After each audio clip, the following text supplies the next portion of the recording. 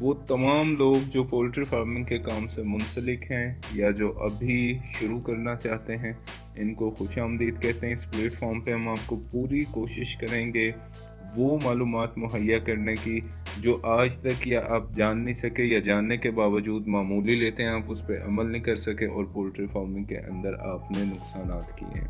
आज हम आपको बताएंगे कि गोल्डन मिस्री चूज़ा जो आप डालते हैं, इससे चूज़ा ख़रीदते वक्त आपने किन एहतियाती तदाबीर को इख्तियार करना है और अपने शेड को किस तरह तैयार करना है और आपने इसे आगे किस तरह लेके चलना है। तो आइए आपको बताते हैं कि चूज़ा ख़रीदते वक्त आपने किन चीज़ों का ख्याल रखना है।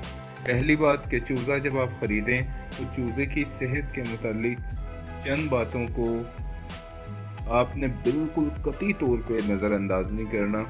वो ये कि चूज़ा जो है वो एक फ्लॉक का हो। आप जिस हेचरे से चूज़ा परचेज़ कर रहे हैं उनको बताएं कि हमें चूज़ा एक फ्लॉक का दें, यानी कि चूज़े का माँ बाप एक हो। जिस मुर्गी का चूज़ा आप ख़रीद रहे हैं उसकी 8 माह से उम्र कम ना हो, यानी कि चूज़ा स्टार्टर ना हो। ये भी अगर स्टार्टर चूज़ा होगा तो ये इसकी परवरिश में मसला होता है। एक तो ये वज़न भी नहीं करता, दूसरा कद भी नहीं निकलता और इसमें शरह अमवात निस्बतन ज़्यादा हैं जो सेहतमंद चूज़ा है उसकी निस्बत से। 8 माह ज़रूरी है कि मुर्गी की उम्र हो। और तीसरा ये कि आप चूज़े में ये तसल्ली करें कि प्लोरम तो नहीं है चूज़े को, यानी कि अगर उसकी माँ को प्लोरम हुआ तो ऑब्वियसली चूज़े में भी होगा, इसकी आप तसल्ली कर लें। और फिर अगर आप अंडे वाली मुर्गी गोल्डन मिस्री डाल रहे हैं तो उसको मैरिक्स लाजमी कराएं।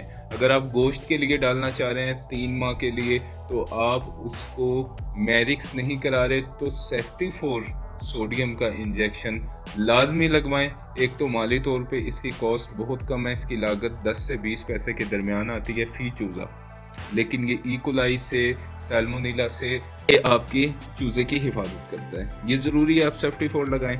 और चूज़े को जो है वो आप अगर बहुत ज़्यादा फासले से परचेज़ कर रहे हैं, जैसे कि आपकी रिहाइश इस्लामाबाद में है, आप फैसलाबाद से चूज़ा मंगवाते हैं, फैसलाबाद रहते हैं तो आप मुल्तान से चूज़ा मंगवाते हैं, ये ट्रैवलिंग चूज़े को थका देती है। ये चूज़ा आपके पास आके ठीक से परवरिश नहीं कर पाता। कोशिश करें अपने करीब की हैचरी से जितना फासला कम हो वो आपके चूज़े के लिए उतना बेहतर है। चूज़े को जब ट्रैवल कराएं, अगर ठंड का मौसम है तो उसको आप चूज़े को लाजमी तौर पे जब हैचरी से निकालें तो गाड़ी को अच्छी तरह कवर करें या उसमें कोई आप बल्ब ऐसे लगा दें जो हीट प्रोड्यूस करें कि चूज़े को ठंड ना लगे। अगर बहुत ज़्यादा गर्मी शिद्दत की है तो हवा की क्रॉसिंग को आप हर तौर पर मुमकिन बनाएंगे कि उसमें वेंटिलेशन अच्छे से रहे, आपके शेड तक आने में चूज़ा जो है वो हीट स्ट्रोक का शिकार ना हो। अब जब आपके शेड में चूज़ा आ गया, आपने चूज़े के लिए जो बिस्तर तैयार करना है चूज़ा लेने से पहले, अब आपको थोड़ी सी उसकी तरफ तवज्जो दिलवाते हैं। चूज़े का बिस्तर आप अगर नया शेड है उसमें पहले कभी कोई फ्लॉक नहीं डला, नए शेड के लिए आप चूना लें, चूने के ऊपर पानी लगाएं, उससे हीट निकलेगी, उसकी पेस्ट बन जाएगी, वो आप पूरे शेड के अंदर उसको लगा दें। लगाने के बाद उसे हवा फिरने दें, थोड़ा सा वो ड्राई हो तो आप उसके बाद उसमें बिस्तर, चावल का छिलका, लकड़ी का बूरा जो वहाँ पे अवेलेबल है आप ये डाल सकते हैं। और उसके बाद आप पानी के, जाहिर सी बात है बॉटल्स अगर आपने नई परचेज़ की हैं तो उसे ब्लीच के पानी से थोड़ा सा कंटेमिनेट कर लें, ब्लीच को पानी में डालें, उसे धोएं, उसके बाद सादा पानी लगा के उसे खुश्क कर लें और बर्तन अब आपके तैयार हैं।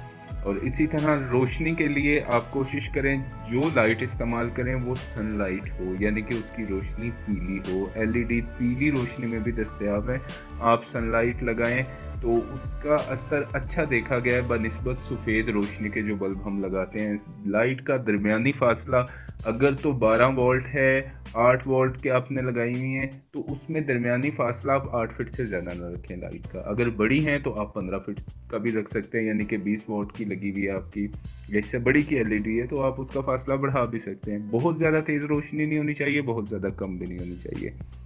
अपने शेड को आप प्लास्टिक जो लगाते हैं शेड में, वो आपने अपनी खिड़की के बाहर वाली साइड पे लगानी है। अंदर वाली साइड पे नमी अंदर आएगी, बाहर वाली साइड पे आपने लगानी है। और तरपाल या जो भी शीट आप डालते हैं उसके बैरूनी सतह पे, बाहर वाली सतह पे आपका प्लास्टिक होना चाहिए। और एक जगह बनाएं जहाँ पे आपका जूता पड़ा हो। अंदर आने के बाद आप अपना जूता चेंज करें और आप अंदर आएं। अब आपने जो चूज़ा आ रहा है उसके लिए पानी बनाना है। चूज़ा ने शाम को आना है तो आप अपना चूज़े के आने से 1 घंटा पहले पानी बना लें। जो पहला पानी आप देना चाह रहे हैं, क्योंकि अभी पाकिस्तान में ये देखा गया है कि 99% जो है वो फ्लॉक में टाइफाइड है। आपके चूज़े में जो आ रहा है उसमें टाइफाइड होना ही होना है। तो आप अपने चूज़े का जो पहला पानी बनाने जा रहे हैं उसमें मैं आपको कुछ दवाओं का बताऊंगा जो इब्तदाई मोटेलिटी ना सिर्फ रोके बल्कि उसकी ग्रोथ अच्छी कराने में भी मुआविन साबित होगी। कीमत में भी कम है और आपको इसका आगे मुआशी फ़ायदा बहुत ज़्यादा मिलने वाला है, क्योंकि इब्तदा अच्छी, ग्रोथ अच्छी इसकी। तो अब आप पानी की तरफ आइए। पानी आपने 5000 चूज़ा है उसके लिए 150 लीटर पानी बना लें। एक दवा जिसका नाम नोट कर लें, बताता हूँ आपको, फ्लोरोफेनिकॉल। फ्लोरोफेनिकॉल आप जो है 75 ml 1/2 लीटर 75 ml 150 लीटर के अंदर आप ऐड करेंगे।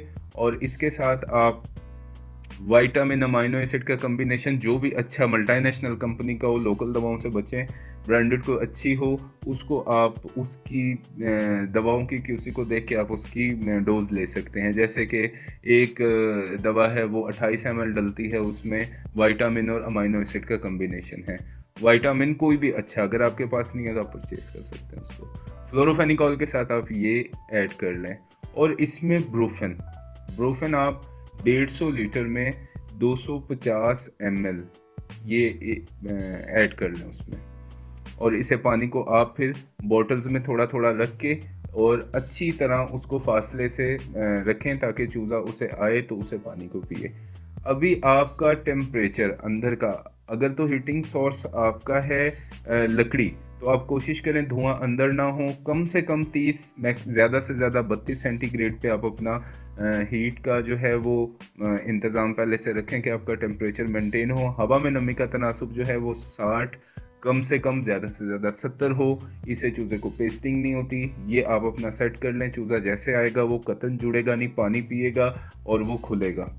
इसके बाद आपने अगर नीचे बूरे के ऊपर आमतौर पे लोग अखबार बिछाते हैं, अखबार पे स्याही, उस पर वही स्टूल पास, उसके अपने केमिकल, ये चूज़े की सेहत के लिए अच्छा नहीं है। चिक्स पेपर मिलते हैं, आप इसके नीचे वो बिछाएं, वो ऑटोमेटिकली बूरे में गायब हो जाता है। और आपने जो ट्रे जिसमें फूड उसे प्रेजेंट करना है, फूड देना है, अपना फीड स्टफ उसमें रखेंगे, वो उधर से ही खाएगा, बूरा नहीं खाएगा नीचे से।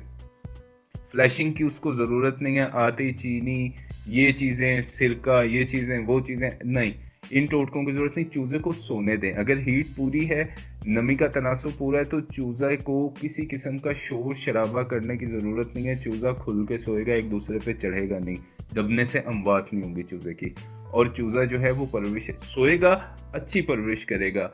चूज़ा अंडे में निकलने से 72 घंटे तक चूज़े के अंदर अल्लाह ने खुराक रखी है, जिस जो यौक इसके अंडे के बाहर होती है, जब ये चूज़ा अंडे से बाहर तो इसके पेट में होती है, 72 घंटे में वो एब्जॉर्ब होती है। उसके बाद इसे फीड की ज़रूरत होती है। तो आप पता कर लें कि जब हेचरी से आ रहा है तो इसे निकले हुए कितना टाइम हो गया, 72 और आप इसके कंप्लीट कराएं। उसके बाद इसे आप फीड दे। आते ही फीड का दे देना, इसका यौक अच्छे से एब्जॉर्ब नहीं होता, फिर फ्लैशिंग करते हैं फार्मर। ये जो तरीका चला आ रहा है, ये हमारा तरीका चला आ रहा है और इसे मतलब कोई भी किसी किस्म की किसी ने कभी कोशिश नहीं की इसकी तस्हीह कराने की। तो हम आज आपको यहाँ से ये बताएंगे कि आपको जो गाइडलाइन हम दे रहे हैं आप इस पर अमल करें। और आप ना सिर्फ इसमें चूज़े की सेहत देखेंगे बल्कि इसमें आपके फीड के अखराजात भी बहुत कम होंगे, क्योंकि चूज़ा इब्तदाई दिन के अंदर यौक उसका अच्छा एब्जॉर्ब होगा तो वो आगे बहुत ही बेहतर परवरिश करेगा।